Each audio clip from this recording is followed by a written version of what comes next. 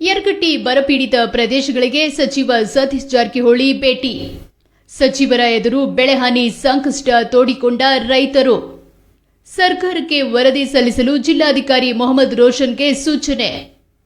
ಒಂದು ಕಡೆ ಮಳೆ ಬಂದರೆ ಇನ್ನೊಂದು ಕಡೆ ನಿಗದಿತ ಪ್ರಮಾಣದ ಮಳೆ ಆಗದೆ ಬರದ ಪರಿಸ್ಥಿತಿ ಎದುರಾಗಿದ್ದು, ಇಂದು ಜಿಲ್ಲಾ ಉಸ್ತುವಾರಿ ಸಚಿವರ ಮುಂದೆ ಬರದ ತೀವ್ರತೆಯನ್ನ ರೈತರು ಬಿಚ್ಚಿಟ್ಟಿದ್ದು ತಮ್ಮ ಸಂಕಷ್ಟವನ್ನು ತೋಡಿಕೊಂಡಿರುವ ಘಟನೆ ಬೆಳಗಾವಿ ಜಿಲ್ಲೆಯ ಕುರುಬಗಟ್ಟಿ, ಯಳಜರ್ವಿ ಗ್ರಾಮಗಳಲ್ಲಿ ಕಂಡುಬಂತು.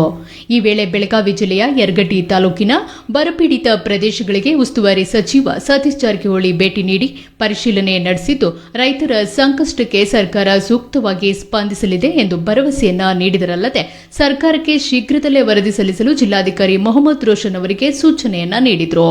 ಎಕರೆಗೆ ಒಂದು 2500 ರೂಪಾಯಿ ತಕ್ಷಣ ಸಿಗುತ್ತೆ. ಅದನ್ನು ಹೊರತುಪಡಿಸಿ ಗೋವಿನ ಜೋಳ ಮತ್ತೆ ಶೇಂಗಾ ಮತ್ತೆ ಇತರ ಕಬ್ಬು ಇದನ್ನು ಡ್ಯಾಮೇಜ್ ಆಗ್ತಾ ಇದೆ ಅಂತ ಹೇಳ್ತಾ ಇದ್ದಾರೆ. 2 ವಾರದಿಂದ ಈ ಪ್ರಾಂತದಲ್ಲಿ ಮಳೆ ಆಗಲಿಲ್ಲ. ಇನ್ನೊಂದು ವಾರ ನಾವು ನೋಡಬೇಕಾಗುತ್ತೆ. 3 ವಾರ ಸತತವಾಗಿ ಮಳೆ ಆಗಲಿಲ್ಲ ಅಂದರೆ, ಕೊರತೆ ಇದೆ ಅಂದರೆ, ಯಾವುದೇ ಮಳೆನೇ ಆಗಲಿಲ್ಲ ಅಂದರೆ ಆವಾಗ ನಾವು ಬರ ಘೋಷಣೆ ಮಾಡಲಿಕ್ಕೆ ಆಗುತ್ತೆ. ಆ ನಿಟ್ಟಿನಲ್ಲಿ ನಾವೆಲ್ಲ ಅಧಿಕಾರಿಗಳು ಮತ್ತು JD ಅಗ್ರಿಕಲ್ಚರ್ ಅವರು, DD ಹಾರ್ಟಿಕಲ್ಚರ್ ನಾವೆಲ್ಲರೂ ಬಂದಿದ್ದೀವಿ, ವೀಕ್ಷಣೆ ಮಾಡ್ತಾ ಇದ್ದೀವಿ. ಇವತ್ತು ಪೂರ್ತಿ ಲಿಸ್ಟ್ ಇದೆ ನಮ್ಮ ಕಡೆ. ಎಲ್ಲ ಕಡೆ ರೈತರ ಜೊತೆ ಮಾತಾಡ್ತೀವಿ, ಸ್ಥಳಕ್ಕೆ ಹೋಗ್ತೀವಿ, ಭೇಟಿ ನೀಡ್ತೀವಿ, ಬೆಳೆ ಸಿಚುವೇಶನ್ ಏನಿದೆ ಅದನ್ನು ನೋಡ್ತೀವಿ.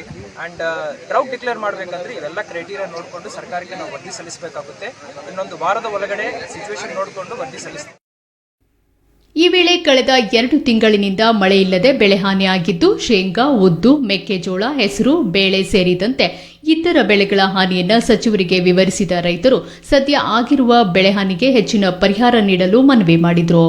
ಇದೇ ಸಂದರ್ಭದಲ್ಲಿ ಯರಗಟ್ಟಿ, ರಾಮದುರ್ಗ, ಸವದತ್ತಿ ತಾಲೂಕಿನಲ್ಲಿ ಬರದ ಪರಿಸ್ಥಿತಿಯ ಬಗ್ಗೆ ಪ್ರತಿಕ್ರಿಯೆ ನೀಡಿದ ಬೆಳಗಾವಿ ಜಿಲ್ಲಾಧಿಕಾರಿ ಮೊಹಮ್ಮದ್ ರೋಷನ್, ಬೆಳಗಾವಿ ಜಿಲ್ಲೆಯ ಯರಗಟ್ಟಿ, ರಾಮದುರ್ಗ, ಸವದತ್ತಿ ತಾಲೂಕುಗಳಲ್ಲಿ 40% ಮಳೆ ಕೊರತೆ ಎದುರಾಗಿದ್ದು, ಈಗಾಗಲೇ 2 ವಾರ ಮಳೆ ಕೈಕೊಟ್ಟಿದೆ. ಇದೊಂದು ವಾರ ಮಳೆ ಬಾರದಿದ್ದರೆ ಬೆಳೆ ಹಾನಿ ಪ್ರಮಾಣ ಹೆಚ್ಚಾಗಲಿದೆ ಎಂದರು. ಒಟ್ಟಾರೆಯಾಗಿ ಬೆಳಗಾವಿ ಜಿಲ್ಲೆಯಲ್ಲಿ ಬಹುತೇಕ ತಾಲೂಕುಗಳಲ್ಲಿ ನಿಗದಿತ ಪ್ರಮಾಣದ ಮಳೆಯಾಗದೆ ರೈತರು ಸಂಕಷ್ಟಕ್ಕೆ ಸಿಲುಕಿದ್ದು, ಪರಿಹಾರ ನೀಡುವಂತೆ ರೈತರ ಆಗ್ರಹಗಳು ಕೇಳಿಬಂದಿದ್ದು, ಸರ್ಕಾರ ಯಾವ ರೀತಿ ಸ್ಪಂದನೆ ನೀಡಲಿದೆ ಅಂತ ಕಾಯ್ದು ನೋಡಬೇಕಿದೆ. In news Yaragatti.